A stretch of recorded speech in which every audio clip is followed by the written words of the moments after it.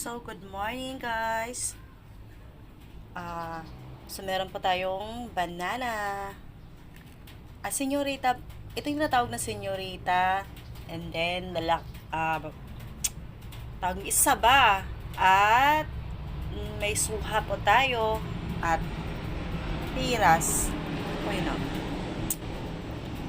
So, magluluto po ako ngayon guys. Ng ingredients, so gusto ko maraming luya.